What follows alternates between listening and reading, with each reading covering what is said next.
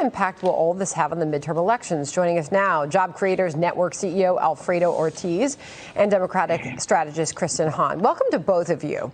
Obviously, this is a debate that is happening all over this country right now. Alfredo, as more states are now dropping these requirements, you are urging the White House to do the same with this new billboard in Times Square. Explain.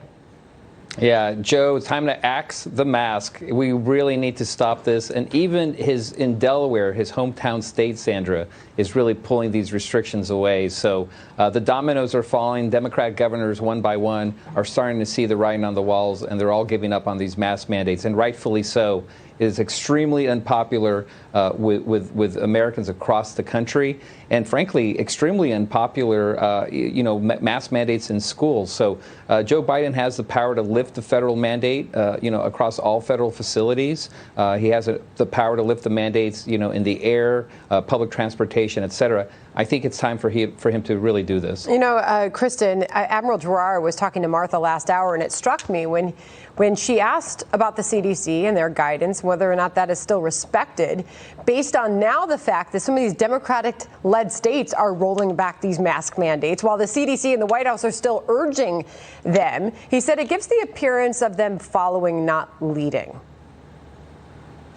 Yeah, I think it's it's a shame that the pandemic has been politicized to the extent that it has. Of course, nobody likes wearing masks. And we're getting tired of it, despite, in addition to all the hundreds of thousands of people who have unfortunately died, it needs to be a scientific-based decision. And I think a lot of these governors are taking a look at, okay, we had a spike with the latest Omicron variant, and those numbers are coming down. And so now it's responsible, go to school, lift the mask mandate, and, it's just a part of moving forward, which everybody wants to do. But are they leading or are they following? And I'll ask you, Alfredo, because right here in New York, kids are still required to wear masks in school. Dr. Siegel joined us during America Reports to say her decision was the opposite of what should have happened. She lifted the mask mandate on businesses. He said, if anything, keep it on for the businesses and let these kids get back into the classroom, see their teachers' faces, let them express themselves,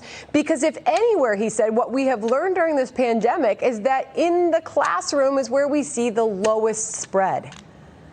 Yeah, that's absolutely, Sandra, true. When you look at the social impact that it has had on our children in our schools, it is devastating to think about that. And to think that Randy Weingarten, I believe, came out today and said, sure, we'll go ahead and support lifting the mask mandates off our schools as soon as we get to zero transmission. Zero transmission, she said it Tuesday, Sandra? yeah. Come on, this is ridiculous. When will it stop? And it is a shame that it's been politicized, but it was politicized by the Democrats to start with. And Kristen, by the way, she said that while she was sitting on a TV set with TV anchors, and they all had their masks off. If anything, can you please stand in solidarity with these kids? These kids are in the classroom 8 hours a day wearing their masks, but yet those that are telling them to do so take them off so that they can be better understood and heard. Case in point, Stacey Abrams, in her apology for taking her mask off in a classroom filled with kids who were required to wear them, she said, well, I wanted to make sure that they could understand me. We get it, but let the kids be understood and let them hear from their teachers. Yeah, I think it's time. Just like everything else with this, we've learned so much about the science and how this impacts people over the course of the past 2 years. We now know that the cases are dropping, the kids are being impacted, and it's time for them to be able to communicate. It's also helpful that, hopefully we're going to have, vaccines available for even the youngest children, which, is helpful in helping them get back to a normal life and normal school life. We want them to thrive. We don't want them just surviving, right? But anyway, I always end by saying we love our teachers. We love our classrooms, our students, these schools.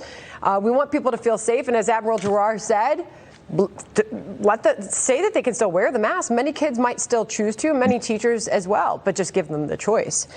Great to have you both. Thank you for the discussion. Thanks, Sandra. All right.